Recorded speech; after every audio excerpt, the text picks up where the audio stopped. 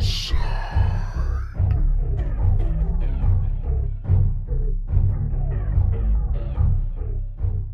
are the souls we shall seek out first. What's up everyone, JMetal797 here and welcome back. This is episode 7 of Horror Inside. So I finally got to see the new Hellraiser Judgment, and this is my honest review on it, my honest opinions on this movie. Let's get into this. Unfortunately, this movie was not released in theaters. I would have loved to see this in the theater. It would have been amazing. All right, so first off, I want to say if you guys are a fan of the Hellraiser series, you want to do yourself a favor and go out and see Hellraiser Judgment. I think that you guys will be pleasantly surprised on how well this movie was done. Gary Tunnicliffe, he did an amazing job directing this movie, an amazing job writing it, and I feel that he saved the Hellraiser franchise. We all know with the past 5 or 6 installments to the series, I feel that they were garbage. I feel that they dragged out, that they were boring, and they didn't feel like a Hellraiser movie. This actually feels like a Hellraiser movie, so I applaud Gary Tunnicliffe on this because you saved the series. You saved the franchise here, so thank you.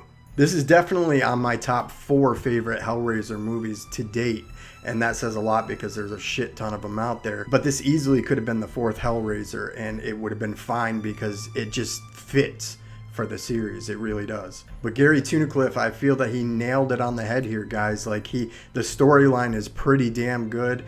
The gore factor is just insane in this movie, and I have to tell you guys, if you get a little squeamish, if you get a little queasy in the tummy wummy while watching horror movies, do not watch this movie, because I personally got a little queasy at some parts in this movie, and that never happens to me while watching horror movies. I've seen thousands of horror movies, and that has never happened to me. So just a forewarning here, guys. If you get a little queasy, don't watch this movie. It is gory as hell. It's not the best Hellraiser movie out there. It's definitely got its flaws, and I feel that in some aspects of this movie they could have done things a little bit different, but overall this is a really good Hellraiser movie. Alright, so getting on to the plot, the storyline of Hellraiser Judgment. When I went and watched the trailer on one of my last Horror Inside videos, you know, that you couldn't really tell exactly what the storyline was. You didn't know what the hell was going on, but what it bases on is there's 2 detectives, Sean and David Carter, who are actually brothers, are on the hunt for a serial killer called the Preceptor, and eventually Christine Egerton joins them to find the serial killer. This serial killer is crazy. He's just terrorizing the city and leaving a trail of carnage and blood and gore. It's disgusting the way that this dude kills his victims. For example, at one point, he kills this one girl, rips her stomach open, puts her dog in her stomach, and then sews it back up, and leaves a message on the carpet in blood saying that I'm a jealous God. There's a lot of references to the Bible, I believe, in this movie that the serial killer uses. It's just very disturbing. And actually, at one point, the 3 detectives go to this playground, and on one of the rides or monkey bars of the playground, there's 5 hands that are cut off, like at the forearm, that are holding up these jars of clues that the Preceptor is leaving for these detectives to try to figure out who he is. And it's just very dark and disturbing and gory. Preceptor dude is just insane. So while the 3 detectives are scurrying around frantically trying to find this crazy demented serial killer, the Preceptor, it goes to this old house. This house actually reminds me a lot of Texas Chainsaw Massacre, and I find that a lot of horror movies use houses that look almost identical to this house, which actually works in my eyes. You know what I mean? It's just very broken down, run down, dilapidated house, very creepy. Some type of house that you just wouldn't want to step foot inside. I wouldn't want to step foot inside. If I saw a house like that, I would run frantically. You know what I mean? And Pinhead is there, who looks absolutely amazing, just so you know. And then there's the Auditor. Now, the Auditor, in my last reaction video to the trailer of the Hellraiser Judgment, there was this guy with goggles on with, cuts in his face. And I was like, who the hell is this dude? He's new, you know what I mean? And he's the Auditor. And he is played by the writer, the director, Gary Tunnicliffe, which I had no idea about. And he played this role perfectly.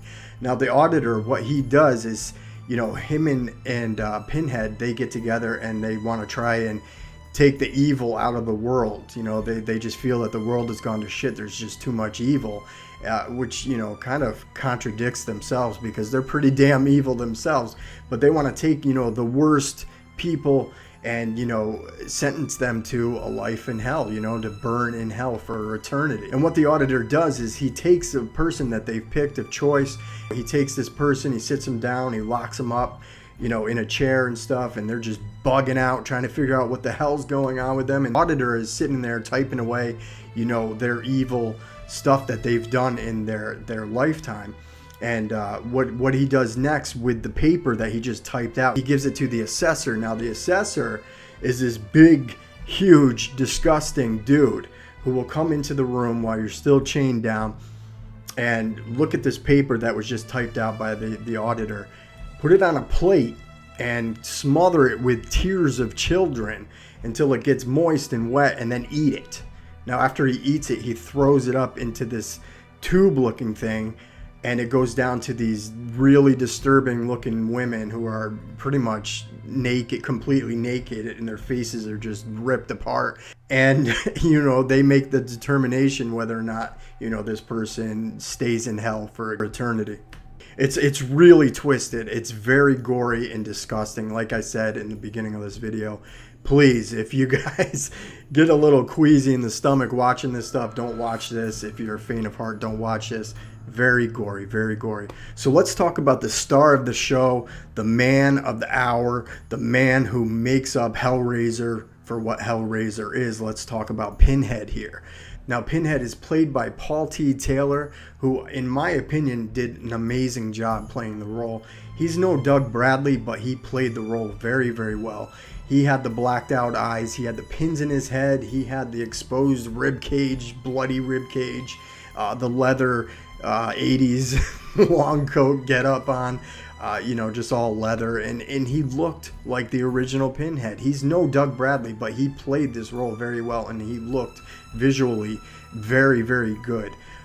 So I don't have many complaints about how Pinhead looked and how Paul played the role. My only complaint is that I wish that Pinhead's role was more lengthy in this movie. He didn't say too much in this movie, and you didn't see him that often. And when you did see him, he was, in the shadows pretty much. So you didn't see a lot of Pinhead, which I feel that they could have, extended his part a little bit more in this movie. But it was pretty good. It really was. And T.Taylor did an amazing job. One new character in this movie that we have never seen in any other Hellraisers, and it was a nice surprise to see a role like this. Her name is Jovial, and she is an angel who actually comes down and gets face to face with Pinhead, and they argue and determine whether or not, certain people stay in hell to live in hell for eternity, or she takes them up to God, where God judges whether or not they can get into heaven. I think the role was awesome, and I think it was really nice to see that type of character in a Hellraiser movie. Let's talk about the Cenobites. If you guys watched my reaction to the trailer of Hellraiser Judgment, you saw there was a big dude. He had the small mask on and looked really creepy. And I was really interested in seeing more about this character. But the problem is that he wasn't in this movie for long at all. It was very quick. It was like a 2-minute part. Same with the guy with the gas mask on.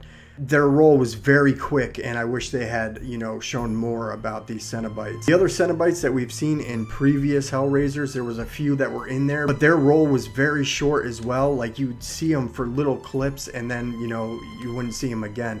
And I really feel that they should have focused a lot more on the Cenobites. So there's a lot more that focuses on the roles of the detectives that happens in this movie as they're trying to find this demented, crazy serial killer, the Preceptor, who's just terrorizing the hell out of the city, killing off people one by one in these gruesome, gory ways that may make you throw up.